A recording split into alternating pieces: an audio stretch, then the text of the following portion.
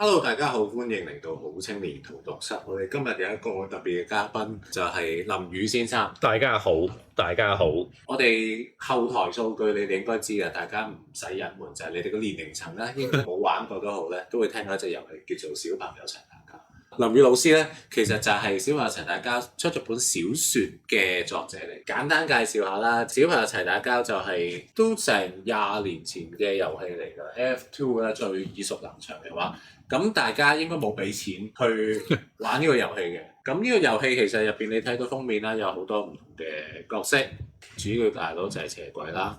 跟住然之後有好多唔同嘅，我哋會叫咩拳佬啊、腳佬啊，全部都唔記得個真名嘅。佢啱啱我揭一揭咧，我都唔識讀啊 Fryan 啊，即係你唔會識讀噶嘛。好撩楞㗎，係啊。反而 Woody 咯。喂 Woody 咧，我發覺喺啱書展咧，有幾個朋友竟然都係因為呢個遊戲改咗 Woody 名，因為我會簽書簽佢哋個名㗎嘛。同埋我覺得隻 game 個魅力在於咧，即係佢冇古仔㗎嘛。咁但係咧，你個個又好似好立體㗎嘛。其實唔知點解我咁嘅感覺㗎，即係因為佢哋好似角色好鮮明，就個個有一個獨特嘅才能咯。都其實係嘅。透明人。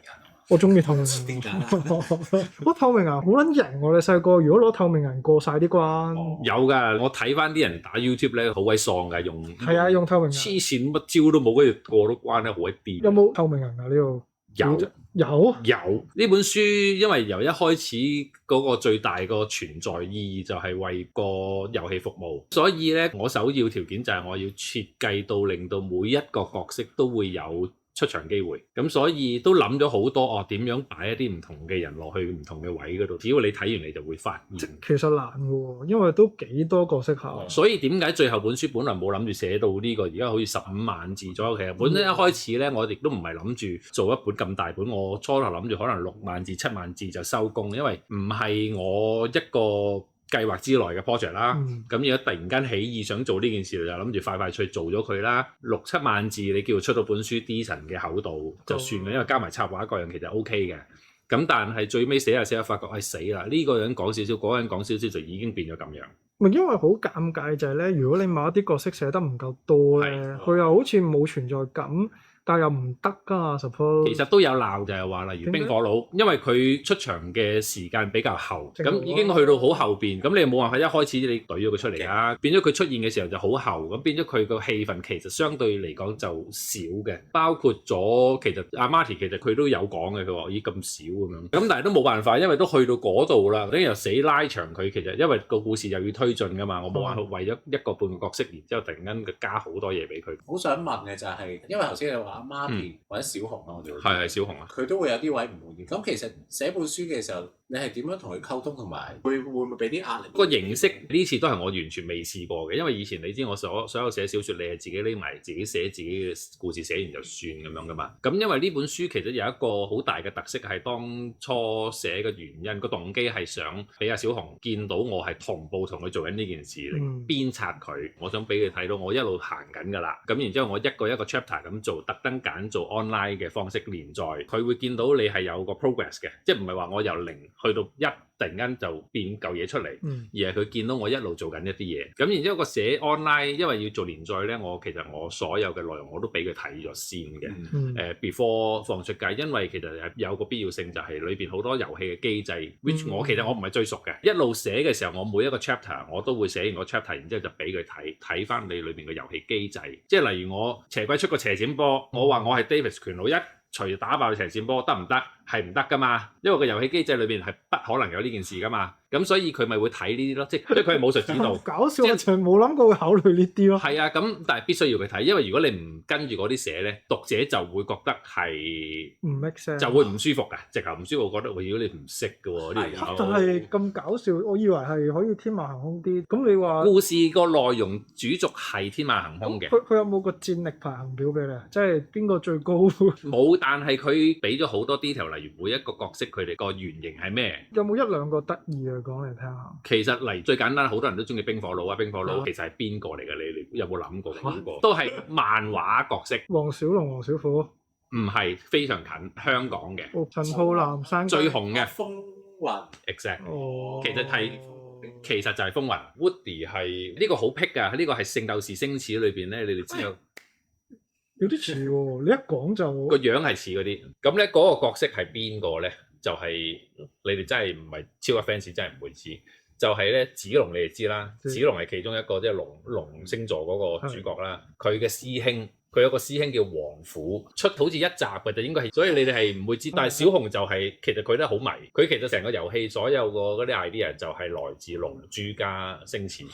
即係 Louis 係龍珠你見到嗰啲樣其實係嗰啲樣㗎，係龍珠嗰啲樣嚟㗎。嗰啲頭咯，係啊，嗰啲頭咯，所以佢個創作概念其實嗰陣僆仔啫，即係佢中學開始做嗰啲遊戲，都係身邊佢睇好多啲漫畫啊、動畫啊嗰啲嘢度翻嚟嘅。睇翻你同阿小紅係本身係中學同學，中學同學 friend 老 best 老 best， 我中意識佢嘅，見到呢個人咧就即係有少少激情四起嗰種，都覺得喂呢條友好 Q 啱傾。然之後佢講嘅嘢同埋佢諗嘅嘢係大家 synchronize 到，同埋佢係會同我一齊蝦其他人嘅。即係我同佢一齊真係齊打交，即係我哋蝦人嗰個形式唔係真係動作上乜嘢，而係例如佢嗰陣會成日隔離有個同學個鄰居有啲 character 好出嘅，咁佢就會成日捉住佢嚟畫佢個樣 Q 版，但係有少少醜化嗰啲咩嘅，咁我哋就成日喺度畫佢個樣，咁即係用呢啲嘢嚟蝦隔離其他人咯。但係即係唔係話算好惡意。你哋蝦得都算有文化。係啊，畫你先。咩？你又寫小説？咁但係就算蝦都好啦，即係嗰啲 friend 都係 friend 嘅。有啲讀者回應，即係話佢其實係有啲位激到佢，或者佢最中意邊啲？其實有啲人會同我講，which 我覺得都幾得意嘅，就係例如有一個讀者同我講話佢好唔開心，係乜嘢事唔開心咧？就係話竟然我裏邊寫 Davis 係有女朋友。咁嚇咩啊？我真係我諗嚟諗去嚇，點解唔可以有女朋友啊？佢有冇講點解唔開心啊？佢個講法係話將佢童年嘅幻想完全扭曲咗咯，即係佢自己腦裏邊補完咗個故事應該點係啦，例如嗰啲。但係其實你由一開始我其實例如 Davis 係一個好得意嘅角色，最開頭其實如果有睇咧，我諗大家都會意識到其實我係想將佢套用喺小紅身上嘅。因為佢係主角，呢本書個主角對我嚟講啦，唔係啲十鬥士，唔係邪鬼，而係小紅本身。呢本書一開始存在嘅意義係為佢，咁所以前頭嗰度有兩節呢，我會特登做到好似有少少穿越嗰種效果，就係因為我唔係想寫一個穿越嘅故事，我係想將小紅拉入去，咁然之後佢有女朋友，小紅都有女朋友。咁所以呢件事其實好合情合理啫，講真。但係大家可能冇想象到，或者覺得話呢樣嘢唔係佢哋想要嘅，我淨係想要打嘅啫。咁喂，大佬啊，知啦。即係你小朋友一齊打，哦，因為係小朋友，可能係小朋友。咁小朋友都唔應該打交啦。但係你打交就得喎，即係溝女又唔得喎。其實我想問下咧，我到依家都唔知，其實點解佢哋係小朋友咧？唔係，其實佢冇特別諗㗎，你冇諗到佢當初設計呢個遊戲嘅時候，佢得10幾歲。講真，佢邊有諗到咁複雜啊？因為又唔係好小朋友啊。可能因為佢哋啲人 Q 版，即係細路仔樣咁樣，大個頭咁樣，咁啊覺得好似個細路仔咁樣，咁所以咪變咗啲人個名好似小朋友一齊打交都係人哋嗰啲鳩講佢，跟住其實係溝㗎，好溝㗎呢件事。幾有港式嘅味道。係啊，但係你諗下，亦都係因為呢樣嘢令到嗰件事好掣肘嘅，就係佢已經斷定咗個風格，好口語，好小朋友，令到我冇可能你話寫一個我都想用我平時嘅風格寫一個好 dark 嘅故事或者咩，其實你都不能夠，因為個名係小朋友一齊打交，你點樣？但唔係啊，我覺得你之後咧變到有啲似嚟依家啲英雄片。係。你翻拍再翻拍咧，咁係好多個版本，即係例如 Joker 以前就係一個混亂嘅化身啦，跟住但係依家新嗰一套咧係啦，佢變咗主角，仲要係其實一個犯人嚟嘅，有病嘅，係啦，精神病患者咁樣。咁其實做 reboot 小朋友一齊打交，即係如果之後再有機會，其實都冇話唔得啊。其實即係黑化咗咁樣。其實係啊，因為呢本書出咗之後，我諗好多人都係同我講話，佢哋有好多。即係各自 expectation， 有啲就中意，有啲唔中意。但係其實我比較中意聽嗰啲唔中意嗰啲，因為中意嗰啲大家都係講話好中意你做嘅呢件事。當然我好開心啦，咁但係你越係唔中意，你就越會俾到一啲新嘅反應我。即係有100種醜嘅方式，但係靚就其實只有一個。其實同埋都冇辦法滿足到喎。陣間佢話我冇諗過個主角係 David 嘅喎，咁樣。我諗住阿 Deep 嘅喎，咁你都其實呢個係其中一個我聽得都比較多嘅 idea，就同我講，喂，你會唔會為咗某一啲角色寫一個獨立嘅傳啊？即係尤其邪鬼，未必有機會。即係如果我哋睇下遲啲，睇下我有冇心機，咁就再諗咯。我覺得係可行。最受歡迎係邊個角色咧？都真係邪鬼，然之後冰火佬。冰火冰火佬一定啦。我反而最中意係 Dennis 咯，因為我哋有個 Discord 嘅群組嘅。咁我喺未公佈有小説，即係講緊係好幾年前未有電影或者點樣嘅時候咧，我已經將個頭像係變咗做 Dennis。用咗好多年。係啊點解咧？點解咧？我唔因為佢好濕圖嘅喎，佢呢個角色。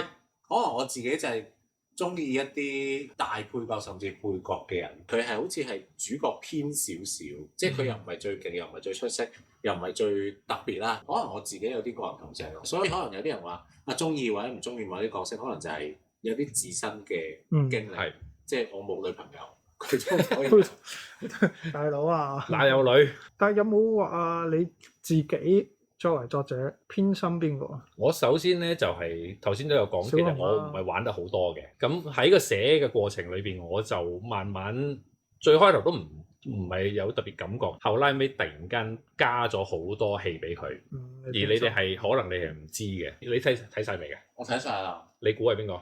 一個喺呢個封面度冇嘅嗰個人。唔係阿 Mark 啊嘛？但係唔係阿 Mark，阿 Mark 都出得鏡多，但係我覺得阿 Mark 值得有戲嘅。係咪阿 Bet？係。哦。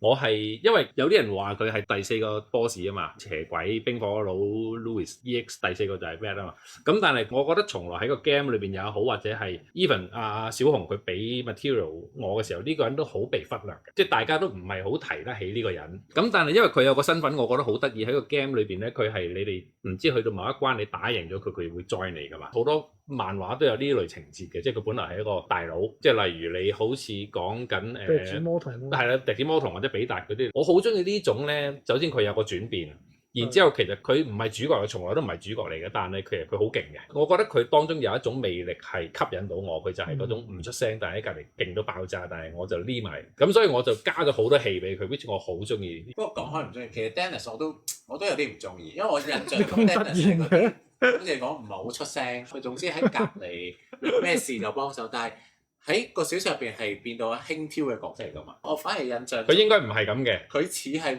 Woody 你而家係投訴咯，似係。你可以投訴嗱，咁冇問題嘅。唔係呢個咧，佢咁陰濕㗎。唔係呢個，我諗呢個就係其中一個係好多人可能冇 expect 到嗰個人設會係咁樣，但係因為咧佢最開頭我其實都有個好頭痛嘅位，就係因為佢係三鬥士 original 嘅三個老友啊嘛，咁但係阿小紅佢俾我嗰啲資料嘅時候咧，我發覺呢三個角色係完全冇分別嘅，全部都係好人乖，然之後好善良、好正直咁。喂，屌，咁我冇可能寫小説你所有人個性格都一樣，咁你死啦！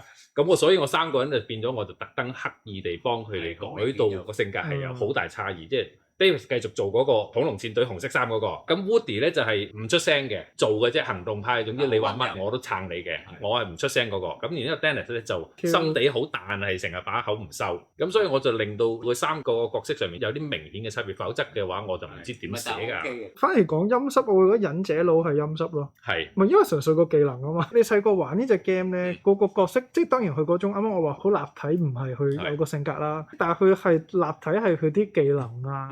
一睇個樣你就知呢個玩火啦，咁樣呢個玩冰啦，咁樣。我仲記得火佬咧，佢個招烈火焚身咧，跟住原來成笪地都係火㗎嘛，即係啲招係好 iconic 㗎。我到而家即係我冇玩十幾廿年，我都仲記得啊。有啲人冇咁記得嘅，戰佬嗰啲我冇咁記得咯。戰佬咪佢吹笛嗰個勁咯，吹笛嗰啲浮咗飛晒，好正啊！細個出翻晒嚟啲畫面，呢個咪就係個目的咯。我提翻起大家，咦係喎，有件咁嘅事。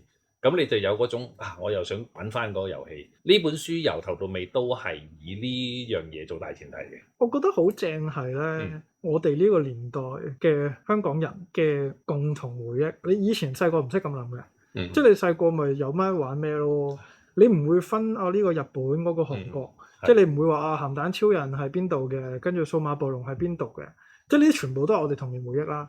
但係你到依家跟住大個諗翻，原來曾幾何時有個香港人嘅 IP 係咁正嘅。我覺得呢個其中一個好大嘅重點係佢都食正咗近呢幾年，即係全世界都係講緊好民族主義，或者我哋香港叫做本土主義嗰樣嘢咯。即係以前你會覺得我冇咁強烈嘅，即係對嗰種地方或者即係個認同感冇咁強。咁點解九龍城就係咁紅到爆？其實都係嗰樣嘢嘅原因情懷咯，係啊，你個情懷，然之後你好有嗰種本土主義。咁其實 Little Fighter 其實就有呢樣嘢咯。你覺得哇，呢個係我哋屬於我哋香港人創造咗一個世界級咯，我中意用呢個 term 係世界級嘅。有中大㗎嘛？係就係因為咁樣，所以我哋全部都係讀中大。哦，原來係因為 LF2，你唔知嘅，你唔知。我哋有喺有喺嗰個中門前面打交咯，打咗我幾拳。我喺嗰度打交咯。即係大家都有個回憶啦，啫。有啊，其實好多佢啲場口啲畫面係喺度。有埋場仔。嗰啲大學我仲記得，我成日因為佢住宿㗎嘛，佢住喺中大，咁我就唔係讀中大嘅，我讀浸會嘅。咁嗰陣就即係耐唔時一有時間我就會攻入去，跟住就屈蛇，跟住就喺佢呢個蛇竇度就俾佢淫辱咯，就係同佢玩呢隻。所以點解我話我唔係玩咗好多鋪，而 which 我係好佢自己勁唔勁啊？我諗係算中間啦，即係中間偏上，因為始終佢知道晒嗰啲招啊，佢知道晒嗰啲 mechanism 嗰啲嘢嘅，咁即係點樣做，點樣有啲咩連招，佢係清楚嘅，而我係唔知㗎嘛。咁你諗下，我可以有幾 enjoy 啦，我係。乜？但係細個係爽，我記得特別係用嗰幾個勁人咧，即係例如，我記得係咪冰火佬係要戳出嚟合體咯，兩係要衝埋去。跟我記得 Louis， 我最記得我而家都仲有聯絡係個小學同學。我第一次同佢打嘅時候，我上網睇到原來係有得爆甲嘅，我唔同佢講。佢年輕嘅時候。打下，然之後就無端端爆甲，跟住我記得佢打電話嚟。咩事啊？你搞咩？發生咩事啊？咁啊點解咁？你搞啊！佢當時佢描述翻話，佢指住個電腦係話做咩咁樣，即刻打電話。人生第一個震撼嚇，可以咁㗎？可以爆甲，跟住我先至同佢講話原來係咁樣錯嘅。係，我覺得呢個都係我其中一個，你當野心又好咩都好咧，就係我寫到最尾嗰一節。其實我有啲説話想講俾啲讀者聽嘅，而呢個 which 就係 Other Than 呢本書為小紅呢個遊戲做 promotion 嘅服務以外嘅其中一個 message 好強，就係話你記得當年同你一齊玩好 friend 嗰班兄弟，小學而家去咗邊？你可能真係好耐冇聯絡，咁然之後我最尾就係提你，喂，其實你可以耐唔時打個電話問下佢，喂，要打翻場啊咁樣，可能你一啲好 long lost friend 你可以揾翻啊，突然間。係咪先？你會唔會突然間諗起呢樣嘢？好老土嘅，但係我覺得呢樣嘢係我特登喺最尾有提呢樣嘢。琴日書展有個女仔嚟咗書展，然之後佢買咗本書，我問佢寫咩名啦，佢寫俾佢阿哥。咁跟住佢就同我講話，其實佢細個就會同阿哥一齊玩，好 close 嘅。咁但係近呢幾年都可能因為自己大咗30歲左右，咁大家見少傾少咗，大家就冇以前嗰種個好 close 嘅關係。咁所以佢想本書送俾佢阿哥，咁我覺得啊係喎，其實呢個可以係一個非常好嘅橋梁。同我頭先講嗰樣一樣，你有啲 friend 你以前好 friend 好 treasure 嘅，而你好耐都冇揾佢啦。咁你咪借呢個 game 成為一個話題，你咪 send 個 WhatsApp 俾佢 whatever 或者乜嘢，你同佢講，喂，呢排點啊？你知唔知出咗呢隻 game 啊？會唔會我哋打翻鋪啊？呢樣嘢係遠遠大過於玩一隻遊戲。而呢樣嘢係好老土㗎。我就係其實我就有時會諗呢啲嘢咯。咁所以佢個功能係好 multi，佢唔係純粹講話一個香港情懷嘅 IP， 然之後好威咁簡單，佢有其他價值喺度。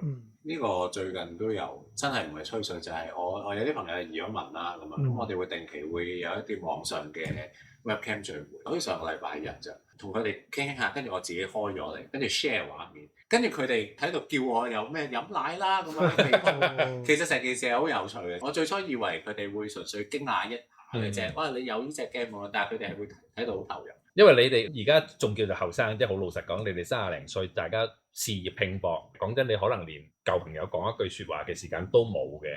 我比你哋年紀大少少，咁我有時候我而家其實都會，我呢幾年我係成日都做一件事咧，就係耐唔時會 WhatsApp 一啲可能我講咧5年以上都冇講過任何嘢，突然間問佢，喂，你死咗未？未死，你覆一句，我 exactly 係咁講，未死你覆一句。其實你唔使同我長篇大論，我話我冇啊，都係咁樣啦，係嘛？因為我其實只不過係想知以前你會好珍惜嘅朋友，而家仲喺度做緊乜嘢？佢還好嗎？How are you 對我嚟講唔係一句好普通嘅 greeting， 而係我真係會有時會諗翻呢個人對你嚟講係有價值，然之後我係會記得你，我會掛住你。我覺得好似特別係咧有種感覺咧，我哋依家30零歲啦，我覺得以前嘅30零歲同我哋依家嘅30零歲唔同嘅。我覺得我哋依家嘅30零歲係低 B 啲嘅。即係到依家都仲會玩 Pokemon 啦，仲會中意小朋友一齊打交啦。咁但係呢個就係我哋成長嗰個階段啊嘛。環境就好似你話齋，可能呢個時間一般好多香港人都係拼搏啦。但係我覺得佢 remind 翻我哋細個， remind 翻嗰陣時仲好有童真，對個世界好有盼望嘅嗰個自己，同埋你嘅身邊嘅人嗰啲關係咯。而所以嗰種懷舊，我覺得有時係揾翻一啲我哋依家冇嘅嘢㗎，而係俾翻嗰個時間我哋嘅。即係我自己依家特別係呢幾年就成日買翻嗰啲玩具啊，玩翻嗰啲嘢。其實我有啲係想有翻嗰種可能性，嗰種細個嗰種無限可能性嗰種感覺咯。起雞皮喎！唔好咁講咧。我諗嗰個問題就係，即係我哋個阿爸阿媽咧，去到我哋而家嘅歲數咧，其實已經生過我哋出嚟，跟住就湊仔啊，又翻工啊，即係着西裝。跟住我哋而家就係誒打機啦，小朋友成日打交，小朋友成日打交，Pokemon 啊。呢個係我哋呢個世代嘅好organic會發生嘅一件事。同埋以前佢哋都冇呢啲嘢。同埋以前嗰個社會會話俾佢哋聽，你去到30歲就要唔好咁低 B 啦，唔好咁低 B 啦，要生仔儲錢買樓買錢。依家新嗰一代到佢哋30歲就追拿布布啊、切卡哇咁。頭先都有講啦，即係呢本書唔係佢原本嘅創作風格啦。一嚟就係因為同小熊嘅友誼而寫啦；二嚟就係其實我諗大環境都係有個轉變嘅。一嚟就係我哋呢個世代就30零歲都仍然係天真活潑啦。第二就係套翻香港嘅一個語境，好似好多創作人都有個傾向喺度，會寫翻一啲所謂正面啲嘅嘢，或者我哋以前睇就會覺得可能係太過天真啊、幼稚，但係好似而家呢幾年開始越嚟越多正能量啊，唔知叫唔叫正能量啦，但係起碼唔好俾咁多所謂現實咁 heavy 咯。其實係刻意嘅，呢個真嘅，即係我以前寫嗰啲書係可以話叫做冇出口嘅，即係一個黑色嘅漩渦，然之後你哋捲入去。咁唔敢睇你啲嘢喎。咁但係我上一本我舊年出嗰本張寶仔，其實都係叫做最尾有個出口。小朋友齊打交就更加係成本書都係陽光向嘅，風格上面係明顯地有唔同。咁當然係真係有少少即係覺得而家個社會大家太 heavy 啦，我都唔想話喺呢個時候再俾大家太多好黑色或者好血色嘅內容，大家因為真係難消化，亦都我覺得唔需要住。如果某一日我再開始重新寫翻呢一種呢，我覺得其實可能係有代表性，代表某啲嘢。你不如寫多啲小朋友一齊打交。你有冇覺得令你個人自己都 cheer up 多咗？其實我係刻意地想 cheer up 其他人，但係呢樣嘢呢，我覺得嗰個能量即係好柒咁講，其實能量係互相影響嘅。係咯，即係當我俾一啲正能量你，即使我嗰下我好唔開心。其實你越係唔開心，你越係喺度揾嘢發泄嘅話，你只會令到身邊嘅人唔開心，然之後佢哋亦都好似塊鏡咁射到你自己都唔開心。但係我諗係真係呢幾年我學到嗰樣嘢係，即使你遇到啲嘢周圍好唔順利，你更加要對身邊嘅人好，因為你俾到個能量係會反射翻嚟俾你自己嘅，而呢樣嘢係最後會令到其他人會開心。然之後你自己都會開心，呢個係我其中一個好大嘅 learning。所以你問我會唔會再寫多啲，我其實而家未知，但係我起碼我自己個人我想做，我唔係話我完全做得到，都係一種可唔可以咁講，係一種成長或者轉變咯。係，即係我哋好多時候以為自己就係一定係咁樣，跟住我就去嘗試改變下自己嘅風格，咁可能就冇乜問題嘅，咪一路咁做。但係可能你譬如呢次未必係你自己最喜歡嘅方式，但係會令到自己以後嘅創作風格或者甚至乎現實之中係會有啲改變。覺得係呢個幾有趣。最尾啊，你有冇啲咩期許啊？例如依家本書嘅銷量，聽你講幾唔錯，幾唔錯，買到樓，賣到幾層。我可唔可以一齊寫？可唔可以俾個版權我？其實你首先第一件事咧，如果你諗住寫書會發達，就一開始你直接放棄啦。好明白嘅，我哋好明白嘅，我哋都知嘅。我哋都係算係呢行嘅。但係期許我覺得冇啦。我其中一樣嘢我好叻嘅咧，就係自己嗰個期望調整。我有一句説話就係話寫書，我只要最後有一個讀者，我都會寫落去。咁但係呢一個人係邊個？你自己啊嘛。Exactly， 其實件事應該係咁簡單嘅啫嘛。如果你成日要諗人哋中唔中意，諗自己會唔會成功，尤其我呢個年紀，其實賺就唔會賺到多幾多啊，點都唔會發達。咁你仲要成日賣時間去為咗人哋而服務，我唔制咯。咁不如做一件自己中意做嘅，起碼寫完之後自己追到嘅就夠㗎啦，係咁簡單嘅，個世界係咁簡單嘅咋。